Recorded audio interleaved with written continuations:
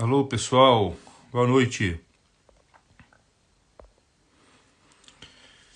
Boa noite, Mike. Boa noite, Marinha, Rafael, Alexandre. Sejam bem-vindos à nossa live, aula inaugural da mentoria sobre meditação. O diálogo interior com Deus. Sejam muito bem-vindos. Obrigado pela presença. Deixar o pessoal ir chegando, a gente já começa. Kátia, Mariana, seja bem-vinda. Sueli, boa noite. Vitor Napoli, seja bem-vindo, Vitor. Como é que tá as coisas aí? Marcelo Varela. Victor Sivini, seja bem-vindo.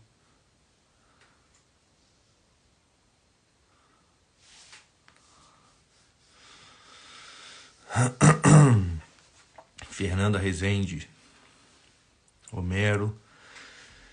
Bem, pessoal, então a gente vai fazer aqui ao vivo a aula inaugural da mentoria Meditação, o caminho do recolhimento, que a gente vai tá lançando aí agora. Seja bem-vindo, Marcos, Ana. E a ideia é a gente falar um pouquinho aqui sobre a aquisição da intimidade com Deus. O diálogo interno com Deus é aquele processo pelo qual a gente vai se tornando cada vez mais familiarizado e mais íntimo de Deus. E a gente sabe que esse processo ele é possível e real, porque os sábios e santos falam dele e dão provas de que ele existe há milênios. E nós sabemos que existem muitas dificuldades nesse processo, apesar dele não ser um processo impossível de ser realizado por um homem comum, um homem, um leigo como nós. Ele tem suas dificuldades próprias, e nós conhecemos bem essas dificuldades e resolvemos falar um pouquinho sobre algumas delas já nessa aula inaugural, e na mentoria nós teremos uma aula específica só sobre apenas sobre as dificuldades e obstáculos desse processo de interiorização, de recolhimento e de diálogo da alma humana com Deus. Oi, Tereza, tudo bem? Seja bem-vinda. Então, eu acho que a gente já pode começar. São 9h10. Quem for chegar, vai chegando devagarzinho aí. Então, pessoal, olha só. Para a gente começar a entender isso, como eu disse aqui, quando a gente entra na vida espiritual, tá? Quando a gente entra na chamada vida interior, em última instância, o que a gente está buscando, embora no começo a nossa motivação possa ser mais acidental, quer dizer, a gente não quer ir para o inferno, a gente quer ter consolações, sensações interessantes, a nossa motivação fundamental é se unir a Deus. O que Cristo promete e o que Cristo nos exorta a fazer é entrar com perseverança num progressivo processo de união com Deus. Ele diz, assim como eu estou unido ao Pai, eu quero que vocês estejam unidos a mim. Esse processo que os antigos chamavam de divinização ou deificação, teoses, e que hoje nós chamamos de santificação. Quando nós entramos nesse processo, existem vários pontos dentro dele no qual nós travamos.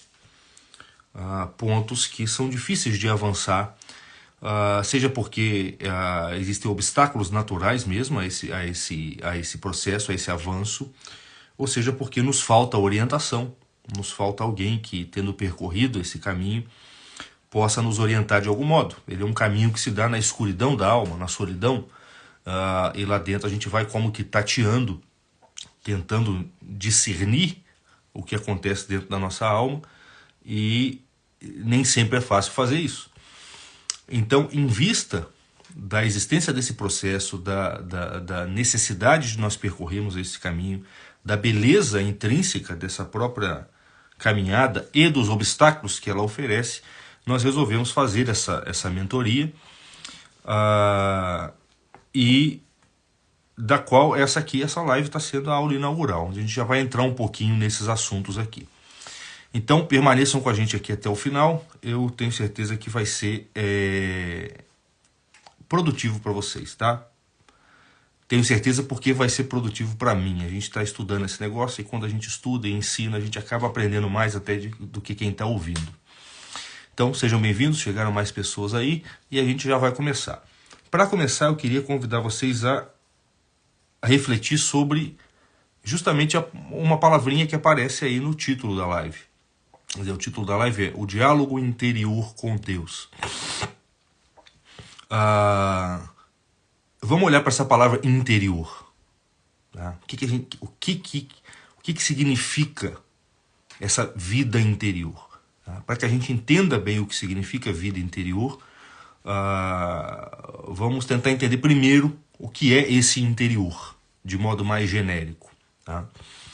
E se a gente olhar para as várias criaturas existentes, para os vários seres criados por Deus e que habitam o mundo, nós podemos perceber que algum grau de interioridade aparece em todos os seres existentes.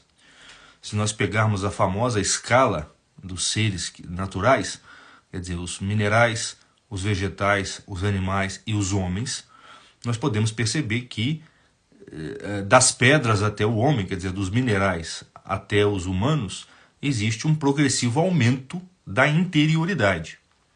Quer dizer, é muito mais fácil você conversar com um ser humano do que você conversar com uma pedra.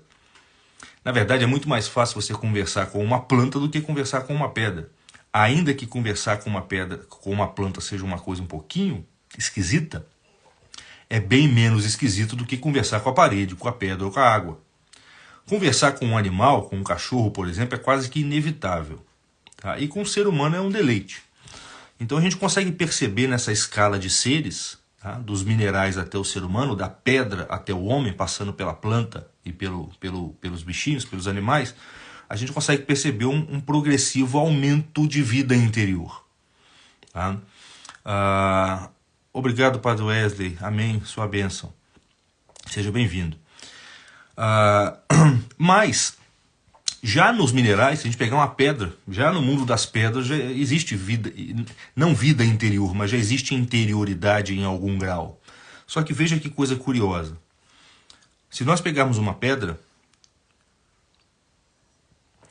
que é um simples corpo, quer dizer, que não é dotado de vida, é um simples corpo, a gente consegue perceber um fato muito curioso, que é o seguinte: aquilo que nós chamamos de interior de uma pedra, por exemplo, num certo sentido, nada mais é do que um exterior que está oculto. Um exterior que a gente não consegue ver. Quer dizer, se você pega uma pedra e taca ela no chão e parte ela em duas, dentro dela você só vai encontrar pedra.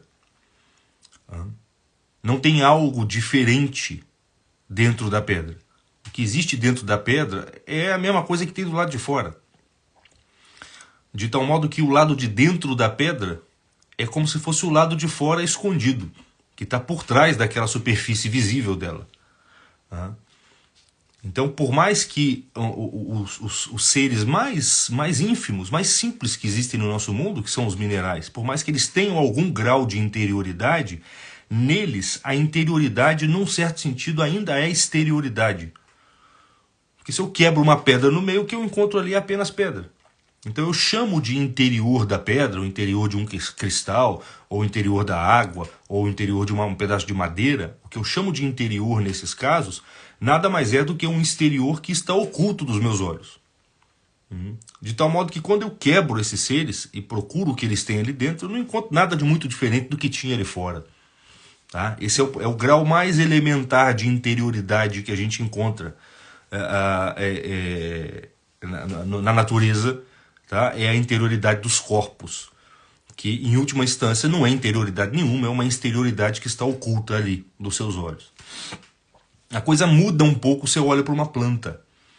Tá? Se eu olho para uma plantinha, dessas que nós temos em casa, para decorar a casa, é claro que os próprios cuidados que uma planta exige já atestam que ali existe alguma coisa que não se reduz aos componentes físicos que ela também possui.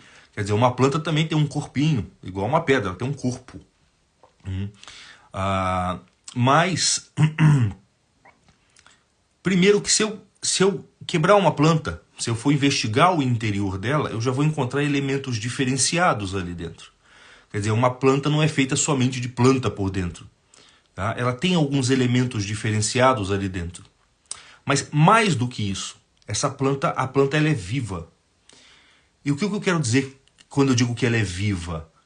Eu quero dizer que aquele composto material, aquele corpinho da planta, ele é regido, ele é posto em movimento por uma força. Uma força que ela mesma não é material, que ela mesma não é um corpo.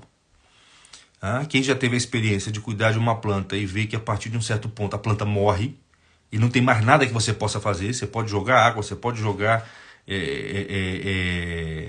sei lá, uma terra melhor, com vitamina e elementos ali para poder promover uma nutrição melhor naquela planta, você pode fazer o que for, mas se ela já morreu, não vai acontecer nada. E o que significa dizer que a planta já morreu? Significa dizer que aquele princípio vital que está ali dentro, que não se confunde com a matéria visível da planta, aquele princípio saiu dali de algum modo. Ele não está mais agindo naquele composto material. E justamente por isso a planta começa a virar mineral. Ela volta para a terra.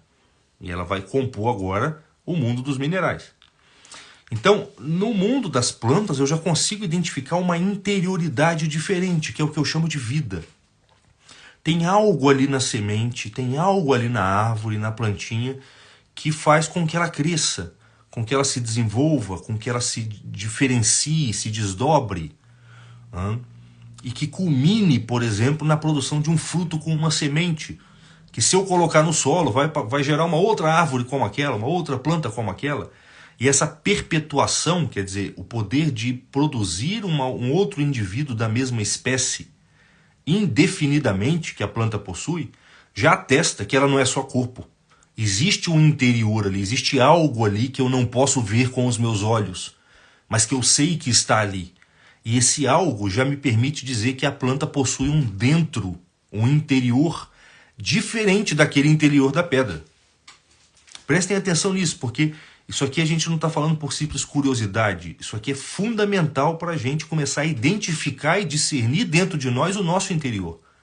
Se a gente não presta atenção nessas coisas, e Deus fez o mundo nessa hierarquia bonitinha da pedra, do vegetal, do animal, do humano, do anjo, até chegar em Deus, Deus fez a coisa assim para que com muita sutileza a nossa inteligência possa perceber um caminho espiritual delineado nas criaturas. As criaturas são como que um livro, através do qual Deus está nos indicando o caminho do nosso amadurecimento espiritual.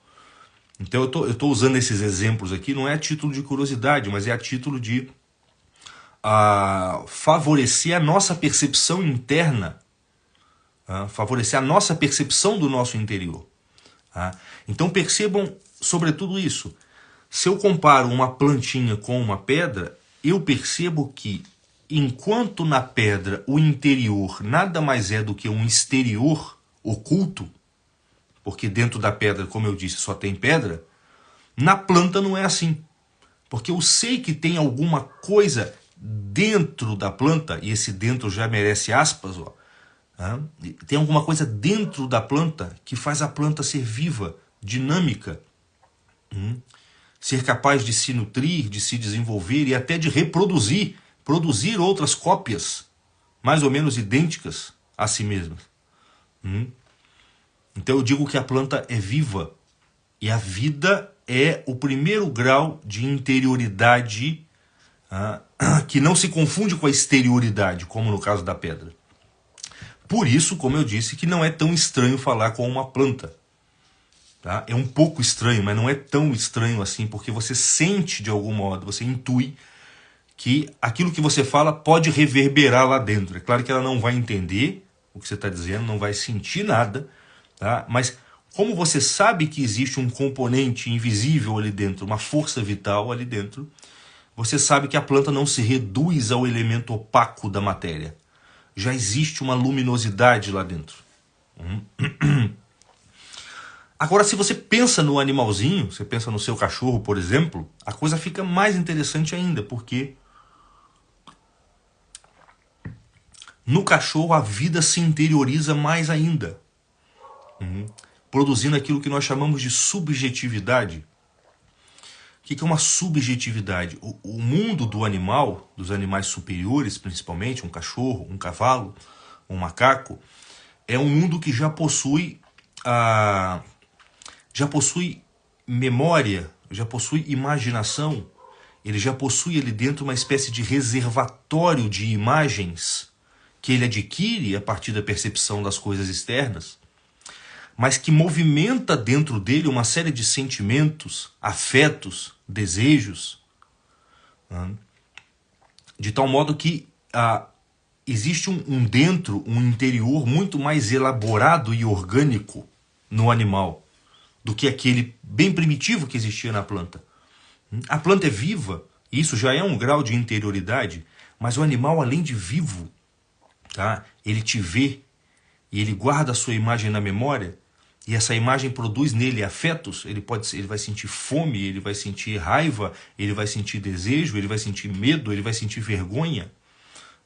E ele pode inclusive se orientar segundo essas imagens que tem ali dentro. E é por isso que, se falar com uma planta não é tão estranho, falar com um animal é inevitável.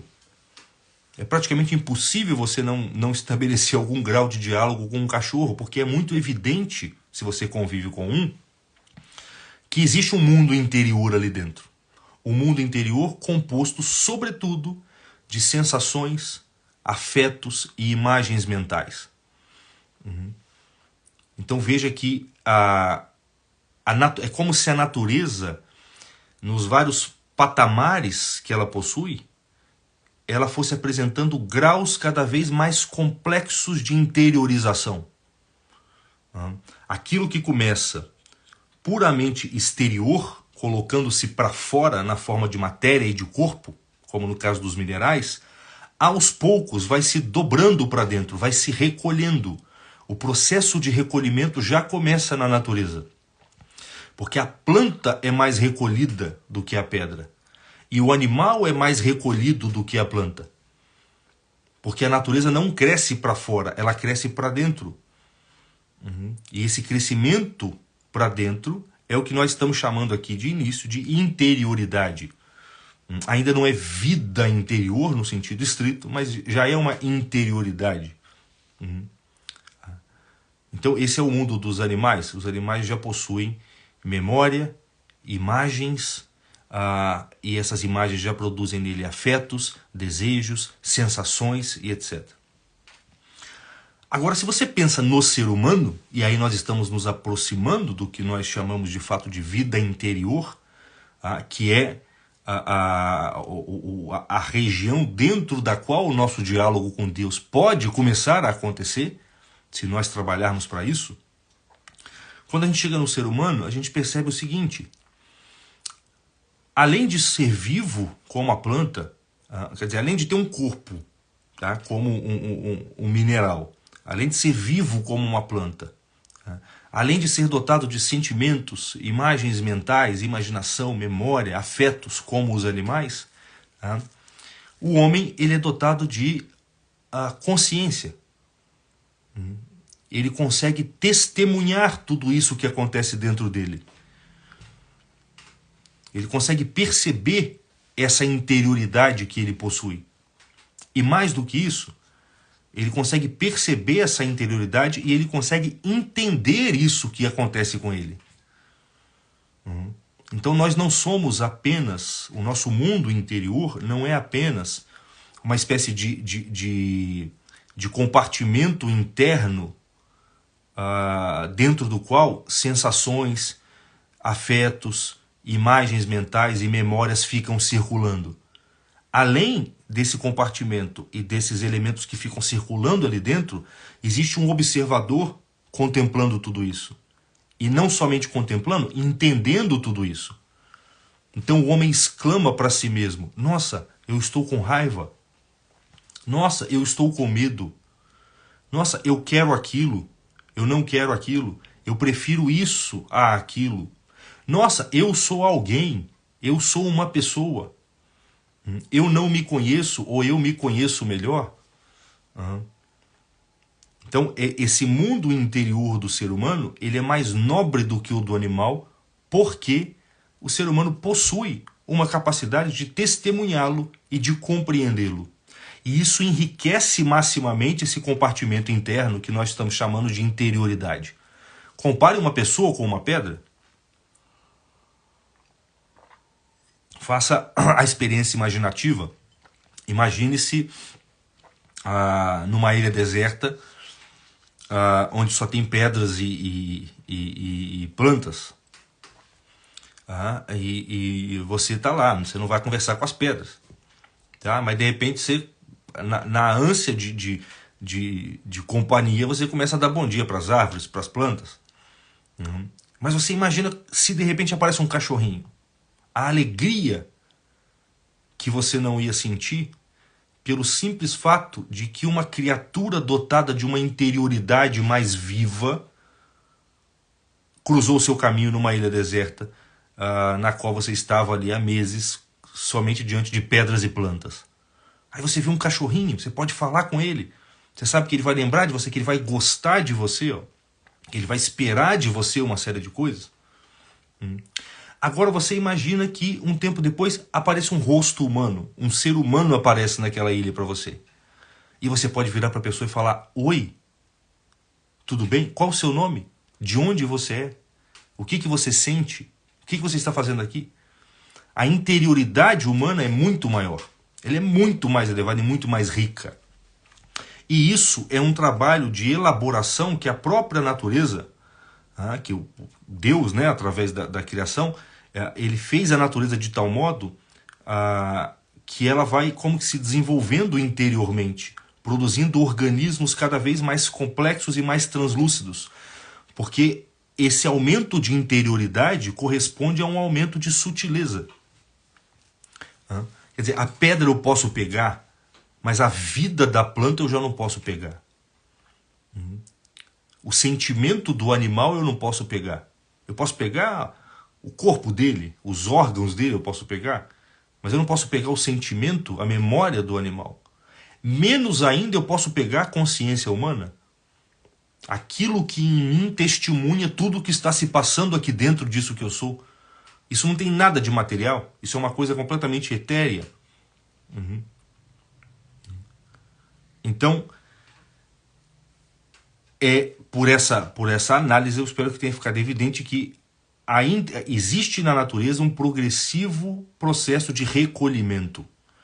E esse recolhimento não é, e isso aqui é muito importante, tá, para o nosso tema, tá, dessa aula e da mentoria. Isso é muito importante. Esse progressivo processo de recolhimento que ocorre na natureza, pelo qual ela vai crescendo para dentro. Olha como é que a planta cresce para dentro porque ela tem vida. Olha como é que o animal cresce para dentro porque ele tem memória, imaginação, sentimentos, afetos. Olha como é que o homem cresce para dentro porque ele conhece a si mesmo, ele conhece as coisas, ele pensa, ele entende. Esse processo progressivo de recolhimento que ocorre na própria natureza, ele não é um processo de empobrecimento. Ele é um processo de enriquecimento. É um ganho de luz e de luminosidade. Quanto mais a natureza se recolhe, ela não se recolhe como quem recolhe um tapete. Quer dizer, o tapete está aberto e na medida que você recolhe o tapete fica fechado sobre si mesmo, preso numa escuridão. Não, esse recolhimento ele parece muito mais a abertura de um tapete do que o fechamento do tapete. Quanto mais a natureza se recolhe, mais um universo translúcido e luminoso vai se abrindo dentro dos seres. A vida no vegetal, repito, os afetos, os sentimentos e as imagens nos animais e a consciência e toda essa vida imensa que existe dentro de cada um de vocês aqui, que faz com que a gente possa dialogar, possa passar horas, noites conversando, cada um falando sobre os mistérios da sua própria vida. Então esse processo de recolhimento que ocorre na natureza é um processo pelo qual a vida vai se ampliando e se iluminando ao mesmo tempo em que ela vai se tornando menos palpável, menos física, menos material. Bem, só tem um detalhe.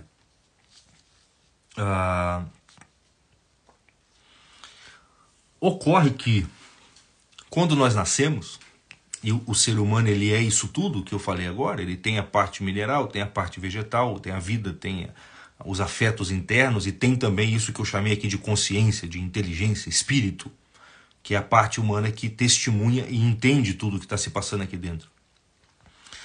Agora, reparem como que vai ficando cada vez mais difícil de você reter esses elementos interiores. Quando eu falo do corpo de uma pedra, ou o corpo de qualquer ser, é fácil você reter aquilo, porque você vê aquilo. O corpo você vê e você pega. É fácil você fixá-lo numa ideia aqui na sua mente. Quando eu falo da vida da planta, a força vital pela qual a planta cresce, se nutre, se desenvolve, reproduz, também não é tão difícil de perceber. Dá para você apreender bem com o pensamento, dá para você focar esse objeto com a sua inteligência. Dá para entender o que é a vida da planta.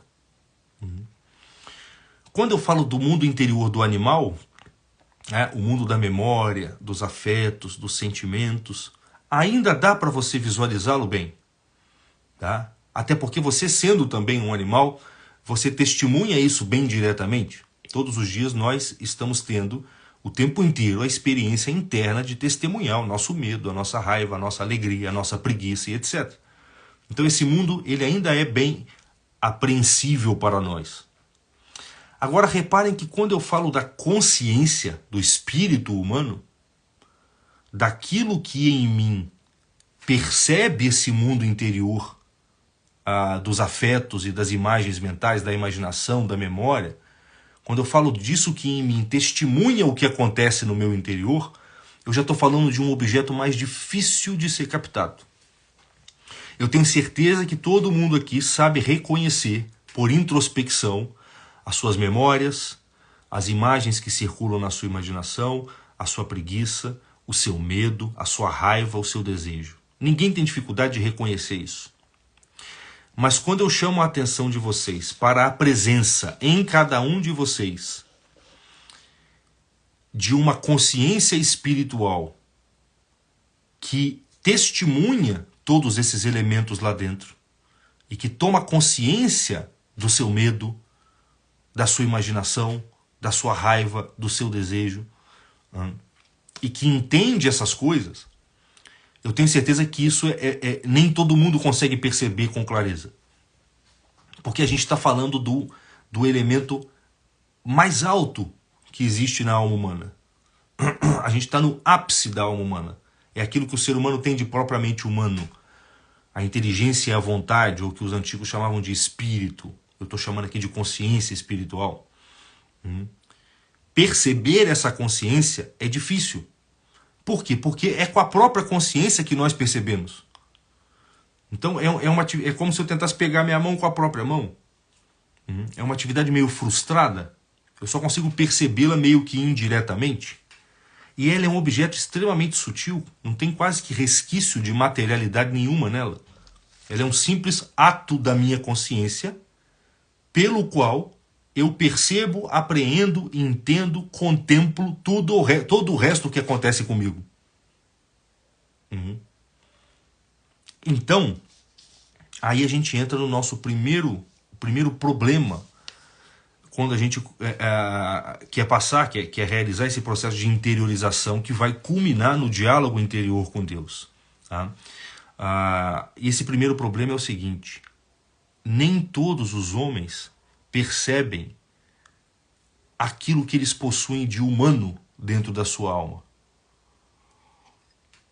A maior parte dos homens, ainda mais na nossa época, que é uma época de degenerescência, a maior parte dos homens vive, apesar de ser, do ponto de vista da espécie, humano, a maior parte dos homens vive, experimenta a vida do ponto de vista daquilo que neles existe de animal. O que eu estou querendo dizer? Que a maior parte dos homens está perdido no mundo da imaginação e dos sentimentos. E esse é o estado bruto do ser humano. Esse é o estado bruto do ser humano. Quer dizer, quando a gente nasce, o nosso corpo fica pronto. Né? Desde bebezinho, os nossos órgãos dos sentidos começam a funcionar, a gente começa a perceber as coisas, as imagens mentais começam a povoar a nossa mente, a gente já começa a escolher, a julgar as coisas. Eu gosto disso, eu não gosto daquilo, eu quero aquilo, eu não quero isso, eu tenho medo disso, eu não tenho medo daquilo. E toda essa dimensão, esse compartimento animal que existe dentro de nós, composto pelos nossos afetos, desejos e preferências, ele começa a ficar extremamente rico. E ele vai se enriquecendo tanto mais numa sociedade que apela de modo tão exagerado para os nossos sentidos, né? A sociedade publicitária, industrial, onde o tempo inteiro a nossa atenção sensível está sendo chamada pela televisão, pelos outdoors, pela música e pela internet. O que vai acontecendo é que a gente vai ficando fixado no mundo externo. E ficando fixados no mundo externo, quando a gente volta a nossa atenção para o nosso interior, nós só conseguimos perceber no nosso interior aquilo que é reflexo do mundo externo. Ou seja, as imagens mentais, as memórias, as sensações, os afetos, as paixões. E essa é a vida interior da maior parte dos homens hoje. Na maior parte dos homens hoje, a vida interior se reduz à interioridade animal. O sujeito olha para dentro, ele olha para dentro e só vê sensações, só vê desejos e preferências sensíveis. Porque a vida dele está tão fixada no mundo externo, que tudo o que ele tem lá dentro são reflexos e imagens geradas pelas experiências que ele tem com esse mundo físico, com esse mundo externo. Então, nos poucos momentos em que ele é levado pela circunstância a prestar atenção no seu próprio interior, o que ele encontra lá dentro é uma espécie que eu chamei hoje de engarrafamento mental.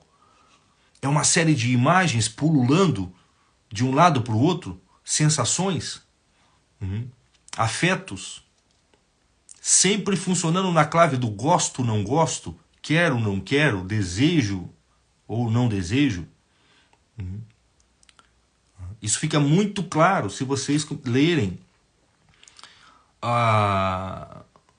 os romances ou os roteiros de novela da nossa época. Eles são extremamente pobres em vida interior. Se você comparar com os romances do passado, você vai ver a pobreza dos livros que são escritos na nossa época. Por quê? Porque não tem riqueza mais na vida interior das pessoas. A vida interior delas é humanamente pobre. A riqueza que existe lá dentro é uma riqueza animal. É a riqueza do gosto ou não gosto.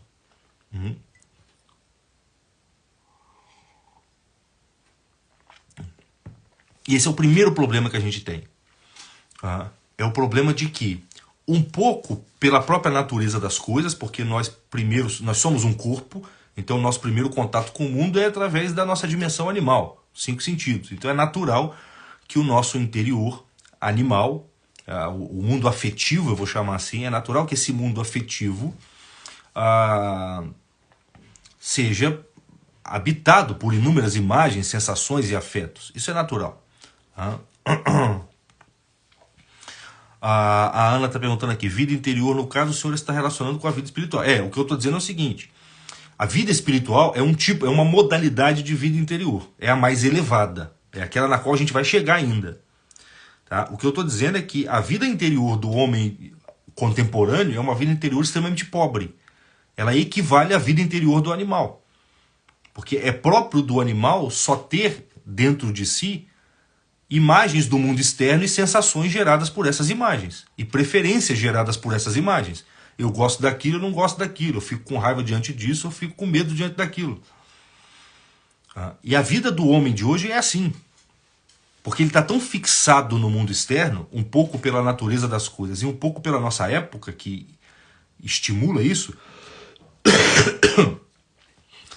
que quando ele olha para dentro de si, nos poucos momentos em que ele faz isso, ele só vai perceber esse engarrafamento mental, sensações, pensamentos, ideias confusas ali dentro.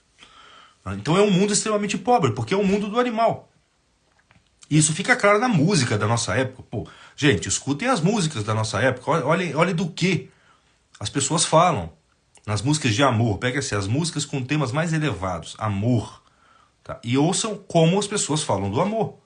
É tudo na clave do gosto, não gosto, do tenho raiva, não tenho raiva. Então é um mundo interior extremamente pobre, que não é espiritual de jeito nenhum. Ele não chega no nível da consciência espiritual. Ele está simplesmente no nível da imaginação, da memória e das sensações. E esse, num certo sentido, é o estado de muitos de nós aqui. Nós, muitas vezes, estamos presos nesse estado. Que é um estado de extrema pobreza. Olha as conversas das pessoas. A boca fala daquilo que o coração está cheio. Então veja do que as pessoas conversam. É só, como é que se diz? Small talking. É só conversinha pequena, boba. Conversas que não têm nobreza de conteúdo nenhum. As pessoas falam de qualquer porcaria. Elas falam, o assunto delas é a vida do artista, é a vida do cantor, é a novela, é qualquer coisa assim. Isso mostra uma falta total de vida interior no sentido espiritual e legítimo. É uma vida interior puramente espontânea, automática e passiva. A tal ponto que a gente nem deveria chamar isso de vida interior direito. Porque apesar de ter uma interioridade aí, que é a interioridade própria do animal, como eu disse, essa interioridade está tão determinada pelas coisas externas que vale mais a pena chamá-la de vida exterior. E é por isso que esse homem, ele é chamado de homem exterior. São Paulo chama ele de o homem exterior. O que é o homem exterior? É aquele homem que, apesar de ser dotado de uma capacidade de interiorização tremenda, absurda, ele foi feito para se unificar com Deus, como eu disse no início, apesar disso, ele vive como um animal. A interioridade dele é pobre, é só um reflexo do que tem lá fora. Não tem nada de ativo dentro dele. Não tem nada de ativo e, menos ainda, não tem nada que vem do alto. Não tem nada de espiritual ali. Tudo que tem no mundo interior desse sujeito é reflexo, é reverberação do que está acontecendo aqui fora. Pô. O cara nem pensa no que está se passando dentro dele. Ele só recebe aquilo e se move de acordo com aquilo. Então, no fundo, esse mundo interior desse sujeito não pode ser chamado de vida interior. Porque o interior dele está morto. Esse é o homem que está nas trevas exteriores. Esse é o homem exterior. Tá? Esse é o sujeito que está na situação lamentável, tá? Daquele que tem uma vida cheia de vícios, cheia de pecados, cheia de erros, cheia de misérias, e não percebe isso. Porque a cada vez que esse sujeito olha para si, ele só vê a si mesmo. Ele não vê essas várias forças que circulam dentro dele, não aparecem para ele de modo diferenciado e objetivo. Aparecem como sendo ele mesmo. Então, se ele tem raiva, ele bate no peito e fala, eu tenho raiva mesmo. Se ele tem medo, ele fala, eu tenho medo.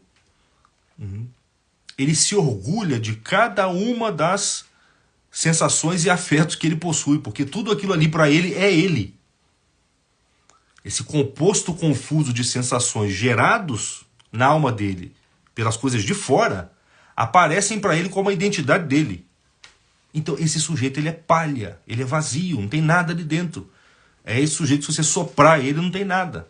É claro que na hora do juízo é uma interioridade concupiscível, como diz o Paulo aqui.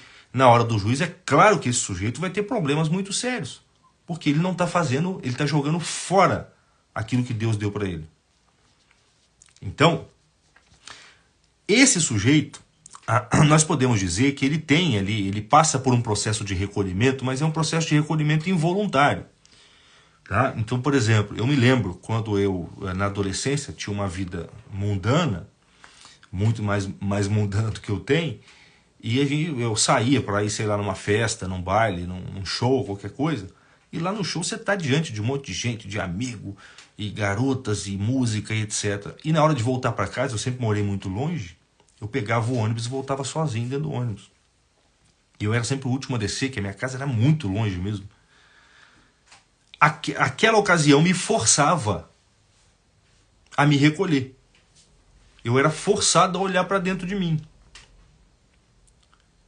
E o que eu encontrava dentro de mim? Quer dizer, não era eu que procurava me recolher. Era a ausência de amigos, a ausência de estímulos, a ausência de festa que me colocava num estado de solidão forçada. Então é uma solidão involuntária. Essa solidão involuntária do sujeito que depois da festa volta para casa sozinho, deita na cama, deita a cabeça no travesseiro e é obrigado a pensar sobre si mesmo, nessa solidão involuntária, esse sujeito, esse homem exteriorizado, ele olha para dentro de si e só encontra o quê? Ele só consegue reconhecer dentro de si as suas dimensões mais inferiores. Ele só consegue reconhecer dentro de si sensações, afetos, desejos, aversão, medo e etc. E é claro que quando ele começa a ver essas coisas dentro de si, cada uma dessas coisas está movendo ele na direção do quê? Na direção do lado de fora. Se ele olha para dentro de si e vê o que? Cara, desejo por mulheres, por comida, por viagens, o que ele vai fazer? Eu preciso sair daqui de dentro o mais rápido possível, eu tenho que ir lá para fora buscar essas coisas.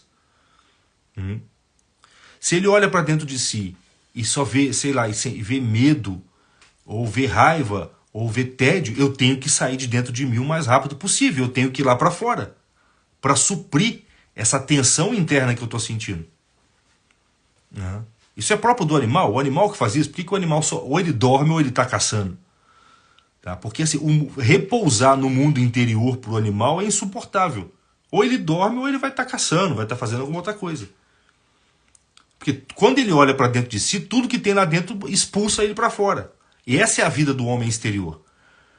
Quando no momento de solidão involuntária ele é obrigado a olhar para dentro de si, ele começa a perceber que lá dentro só tem coisas que o convidam a voltar para o mundo externo. Então ele vai começar a querer preencher a vida dele com cada vez mais festa, mais barulho, mais amigos, mais falação. E isso aos poucos vai gerando nele uma repulsa pela vida interior. Além de não identificar dentro dele a dimensão mais nobre, que é o espírito, que é a consciência, a inteligência, ele não consegue mais permanecer muito tempo lá dentro. Então o cara vai ter que ir mesmo para as drogas, vai ter que ir para balbúrdia, para esbórnia, para loucura, para esse tipo de coisa. E a cada vez que ele for forçado a conviver consigo mesmo, para ele vai ser insuportável. Se não tiver uma televisão ligada às 6 horas da manhã, das 6 horas da manhã até meia-noite, a vida desse cara é insuportável. Estão percebendo? Então, esse sujeito começa a repelir aquilo de mais nobre que ele tem, que é a semelhança dele com Deus, que é a consciência espiritual dele. Ele começa a repelir aquilo. Tá? E como ele não vai conseguir repousar essa consciência interior dele nas coisas externas, porque as coisas externas só vão movimentar mais internamente ele, e essas imagens internas vão conduzir ele cada vez mais para fora, ele entra numa espécie de ciclo que não se resolve. Um ciclo que não produz sossego. E aí, pode chegar nos piores casos, além disso, ansiedade, pânico, qualquer coisa. Nos piores casos, isso vai chegar assim, o sujeito vai desenvolver um ódio a si mesmo. Ele vai começar a odiar a própria vida. Ainda que ele não manifeste isso. Mas ele vai se tornar um sujeito extremamente egoísta, porque ele só pensa nele. Ele vai começar a querer ter o controle da situação externa, porque ele quer controlar o mundo para que o mundo esteja de acordo com os desejos dele. E, incapaz de controlar o mundo, ele começa a se frustrar. E se frustrando, ele começa a se odiar. A existência começa a se tornar insuportável, sem sentido para esse sujeito. Esse sujeito está morto espiritualmente. Esse sujeito está morto espiritualmente. Mas olha só. Pode acontecer, por uma série de razões providenciais e contingenciais, que esse sujeito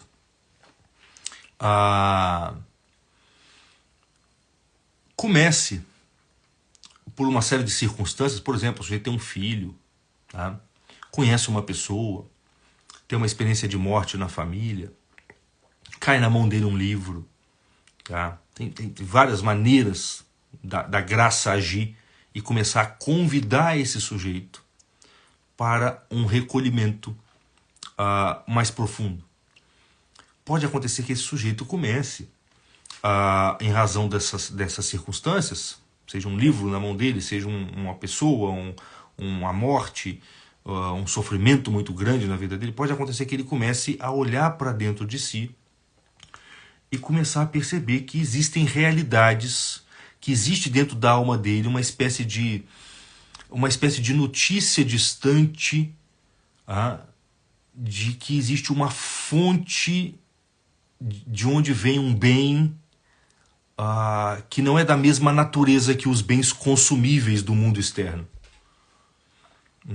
Essas circunstâncias podem levar o sujeito, tá, a começar a sentir um certo gosto, uma certa beleza no senso moral, na responsabilidade, na confiança, no amor pelos filhos, pela esposa.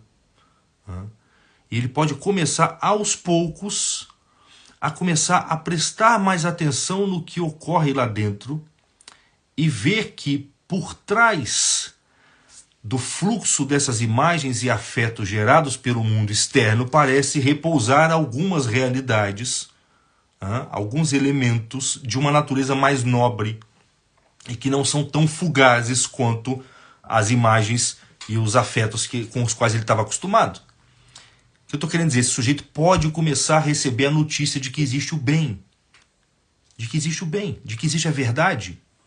Às vezes aparece como o bem, às vezes aparece como a verdade. Aqueles de inclinação mais intelectual podem começar a sentir, a pressentir a presença da verdade, da sabedoria. Aqueles que têm uma natureza mais ativa podem começar a pressentir a presença do bem, do justo. E isso pode começar a levar esse sujeito a prestar mais atenção ao seu interior. E ele vai começar, ao invés de só se recolher involuntariamente, ele vai começar aos poucos a procurar a solidão voluntariamente. Deixa eu parar um pouco agora para ler esse livro aqui. Deixa eu parar para prestar atenção nessa música aqui. Deixa eu chamar esse amigo meu, deixa eu conversar com ele. Vamos conversar um pouco. Deixa eu assistir essa aula. Então esse sujeito ele já começa a encontrar dentro de si uma pequena zona de repouso. Porque ele começa a tatear de algum modo alguns objetos mais permanentes e constantes. Ainda que brilham com muito pouca força para ele ainda. O mundo externo ainda o atrai muito. Mas ele já começa a olhar o mundo externo com uma certa estranheza. Ele já fala, isso aqui, eu achava que eu me confundia com isso aqui. Mas na verdade tem algo em mim que é diferente disso. Eu estou sendo noticiado aqui internamente de que existem outras coisas que talvez sejam mais interessantes do que essa. Esse homem já deu um passo para a vida interior. Ainda é uma vida interior natural, tá? Mas que, se estimulada, pode levá-lo a começar a pensar na eternidade e em Deus. É muito comum que esse sujeito, nessa situação, em determinadas circunstâncias, ele comece a rezar espontaneamente. Por quê? Porque ao perceber a beleza mais profunda dos valores morais, da responsabilidade, do amor filial, do amor familiar, ao perceber essas coisas, esse sujeito naturalmente vai começar a perceber que ele é fraco e que sozinho ele não tem força para fazer esse bem que ele está percebendo lá dentro. Que sozinho ele não tem força para buscar essa verdade que ele está farejando lá dentro. Ele vai começar a perceber que ele é fraco, que ele não pode buscar essas coisas sozinho. Que ele é constantemente arrastado para o mundo exterior. E que ele precisa de ajuda para conseguir essas coisas. E é nesse momento que ele vai começar a exclamar: meu Deus, me ajuda. Me livra disso aqui. Segura a minha mão. Me mostra tal coisa. E esse sujeito começa a rezar. E se ele começa a rezar, e aqui é a chave da vida interior propriamente dita, lembre, não percam de vista, lá a gente começou lá na pedra, né? Cuja vida interior é só um exterior oculto. Passamos para o vegetal, onde a vida interior é a vida biológica. Para o animal, onde a vida interior é um composto confuso de imagens, desejos e afetos. E chegamos no homem, que no geral se encontra na situação do animal, porque está totalmente exteriorizado, mas que pode, por um processo sutil, e percebendo, tá, por trás do fluxo caótico de imagens e afetos sensíveis, ele pode perceber coisas mais duradouras e mais nobres, a beleza das coisas, a verdade, a beleza da verdade, a beleza do conhecimento, o prazer, o deleite do conhecimento. O cara lê, entende uma coisa e fala: nossa, como é que é bom entender essas coisas. E percebendo isso, ele começa a perceber que ele é fraco para seguir essas coisas. Ele é fraco para fazer o bem. Ele é fraco para amar o próximo. Ele é fraco para constituir uma família com fidelidade, com coragem. Ele é fraco para conhecer a verdade. E ele começa então a travar um diálogo mais profundo consigo mesmo. Ele começa a se conhecer. E lá no fundo ele percebe um eu verdadeiro que ele tem. Ele fala: caramba, eu sou uma pessoa, eu sou alguém, eu sou autor da minha vida. Só que isso que eu sou parece que foi feito para algo grande demais e parece que eu não tenho força para realizar esse algo sozinho. Então ele começa a suspeitar da existência de algo que o transcende e começa a aspirar por esse algo que o transcende. E começa a exclamar: meu Deus. Ele ainda não exclama Pai, no sentido profundo. Para isso ele vai precisar de uma outra coisa. Mas ele já começa a exclamar: meu Deus, me ajude. Meu Deus, quem sou eu? O que eu estou fazendo aqui? E se em algum momento ele fala: meu Deus, me perdoe, o que eu fiz da minha vida? Ou seja, se ele tem contrição, se ele tem arrependimento, tá? E ele vai lá e se confessa e recebe a absolvição, tá? Ele recebe de volta algo que ele ganhou lá quando ele era criancinha no batismo e que ele perdeu naquela vida exterior que ele cultivou durante a vida. Ele recebe uma coisa chamada graça santificante. E o que é a graça santificante? É como se fosse a vida da alma. Assim como a nossa alma é a vida do corpo, tá? Deus nos dá, através do batismo, uma coisa chamada graça santificante, que é como se fosse a vida da alma, que vai vivificar a sua alma e torná-la capaz de penetrar num interior que transcende o seu próprio eu, que transcende a sua própria consciência espiritual, que impulsiona a sua inteligência para um recolhimento muito mais luminoso e muito mais abrangente e translúcido do que aquele que você tinha até então. A gente está falando aqui do homem que já entrou num processo de se observar, se conhecer, desejar o bem, aspirar à justiça, à verdade, e já está começando a travar um diálogo muito tímido com Deus. Se esse homem entra num processo de arrependimento e consegue perceber toda a miséria na qual ele estava atolado até então, e ele entrega toda essa miséria para Deus, fala: Senhor, eu me arrependo, eu não queria ter feito isso, tá? Eu quero uma vida nova.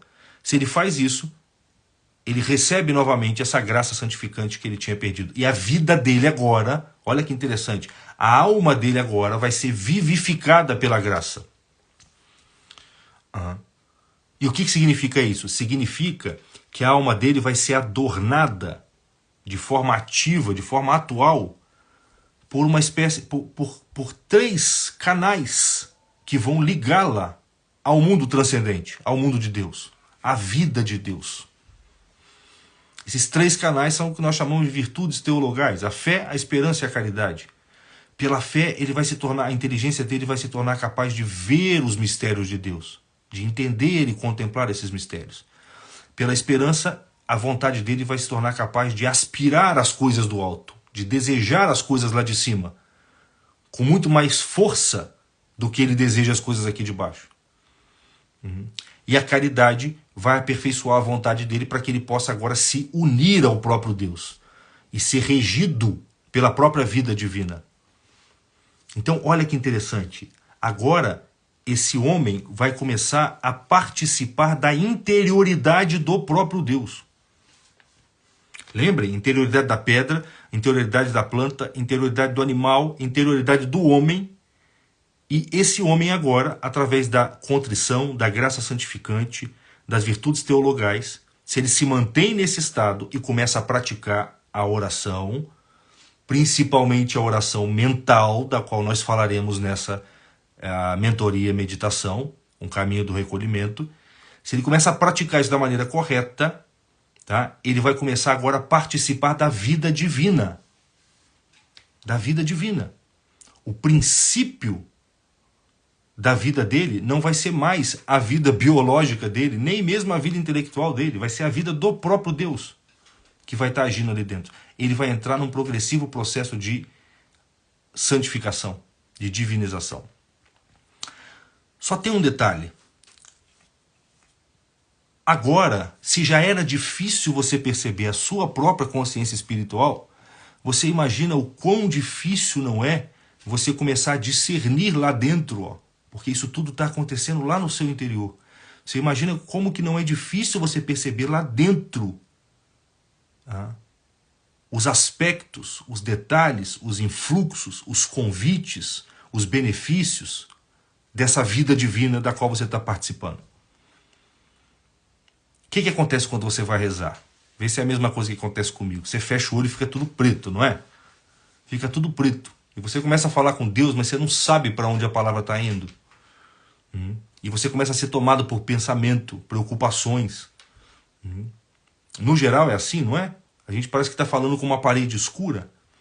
A gente crê, tá? A gente crê em Deus. A gente até sente a devoção. Tá? Mas, no geral, está tudo opaco ali dentro. Eu abro o meu olho aqui no mundo, esse mundo que Deus pede para que eu abandone, eu abro e esse mundo é rico. Parece um shopping center, ó. Tem um monte de coisa gostosa e bonita. Agora, tem algo em mim que fala que não é nesse mundo que eu tenho que buscar as coisas. Eu tenho que buscar as coisas num outro mundo. Mas quando eu fecho o olho para entrar em contato com esse outro mundo, é uma parede preta e opaca. Eu não consigo avançar. Eu não vejo nada lá dentro. Eu falo com Deus. Eu faço minhas súplicas, eu faço minha ação de graça. Eu penso, mas o meu pensamento parece que ainda é arrastado para esse mundo. Ele é distraído o tempo inteiro para esse mundo aqui. Agora, se você está em estado de graça, e esse é o primeiro passo, a gente vai falar disso na mentoria, se você está em estado de graça, saiba, você tem tudo para que esse mundo opaco e escuro comece a se tornar claro, até o ponto dele se tornar mais claro do que esse mundo aqui. Porque você saiba de uma coisa, São Paulo falava isso. Para os santos, trevas é esse mundo aqui. Ele abre o olho aqui, ó, e isso aqui para ele é escuridão e confusão. Ele fecha o olho e lá dentro é luminosidade. E clareza e brilho. É claro que isso aí é o seguinte, é um processo lento que envolve dificuldades, mas que foi completamente mapeado. O próprio Cristo já deixou para a gente todo o mapeamento desse caminho. E os vários santos mapearam ele mais ainda. A gente só precisa saber o que fazer e fazer, que é o mais difícil. Fazer com perseverança. Começar a percorrer esse caminho. Porque agora, eu não estou mais olhando nem para fora, tá? Nem para os meus pensamentos, para os meus sentimentos, para os meus afetos, tá? Nem para aqueles bens morais de natureza intelectual mais profundo que eu já capto com a minha inteligência. Tá? Agora eu quero olhar uma coisa que está acima de mim. E eu só posso olhar essa coisa que está acima de mim, que é a vida divina com toda a sua riqueza, tá? Com o auxílio do próprio Deus, que pôs em mim essas chamadas virtudes teologais, que são como que canais pelos quais eu consigo acessar essa realidade. Mas eu preciso aprender a praticar e desenvolver essas virtudes teologais. E essas virtudes teologais se desenvolvem de uma única maneira. Assim, a maneira essencial pela qual você as desenvolve e vai descortinando esse mundo interior. Essa é realmente a vida interior do ser humano. É aí que se dá o diálogo interior da alma com Deus. A maneira essencial pela qual você vai descortinando isso é a oração.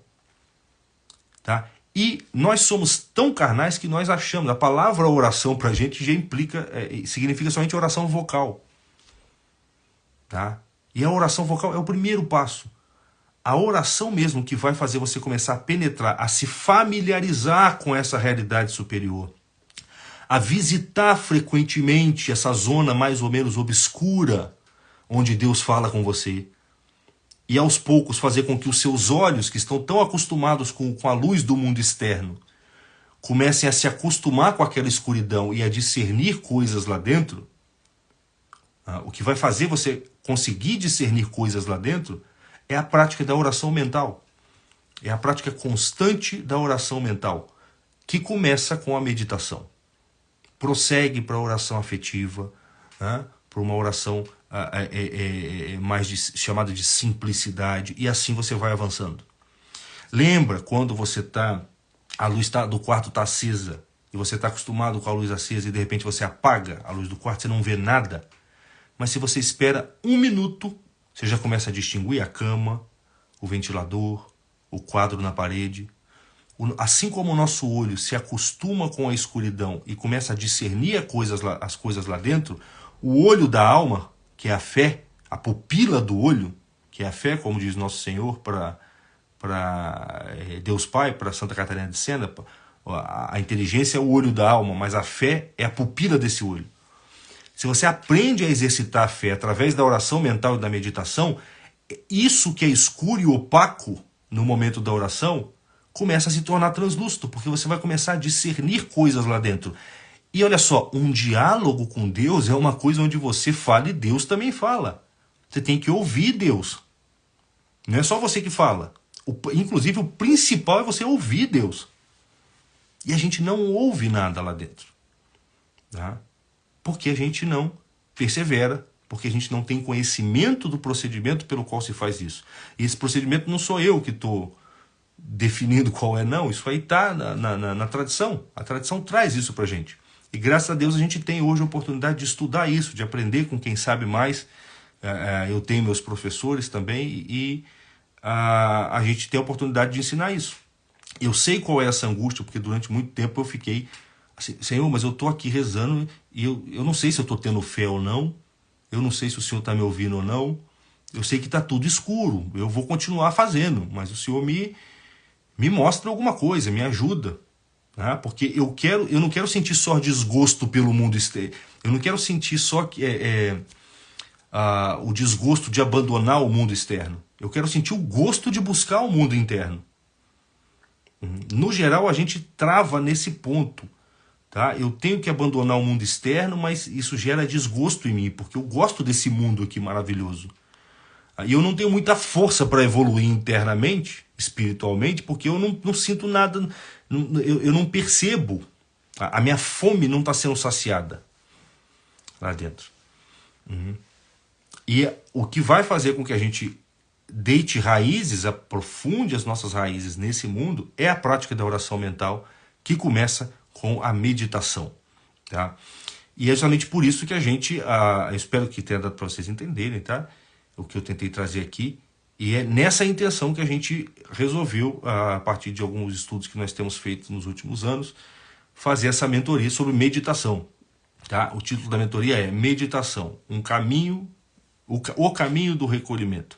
Serão 5 aulas ao vivo, tá? As pessoas vão fazer a inscrição, e elas vão participar de um grupo exclusivo no Telegram, onde vai ser divulgado o link das aulas a cada semana, nas próximas 5 semanas.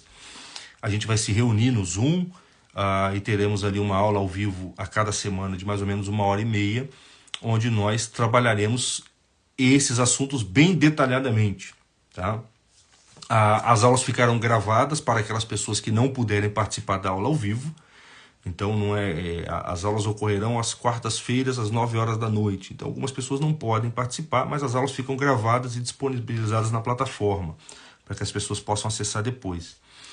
Além disso, a gente vai passar uma bibliografia completa, extensa sobre o tema. Vamos passar uma série de textos dos santos padres e santos doutores sobre a prática da meditação.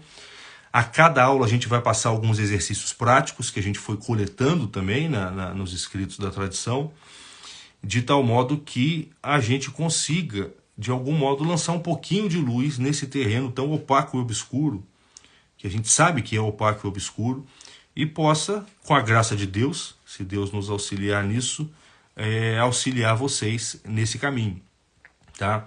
Então, assim, as vagas dessa mentoria são limitadas, tá? A gente chama de mentoria porque é um número menor de pessoas para que a gente possa dialogar um pouquinho, tirar algumas dúvidas durante a aula.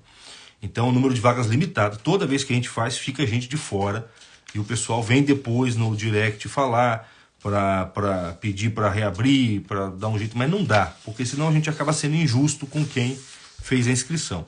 Então, encerrando essa live aqui, o link vai estar lá na bio, no nosso perfil. Você já pode clicar e fazer a sua inscrição. O preço é uma mixaria, quase que simbólico, em relação ao conteúdo que a gente pretende transmitir lá para vocês. Então fica aí o convite para vocês participarem dessa mentoria. Meditação.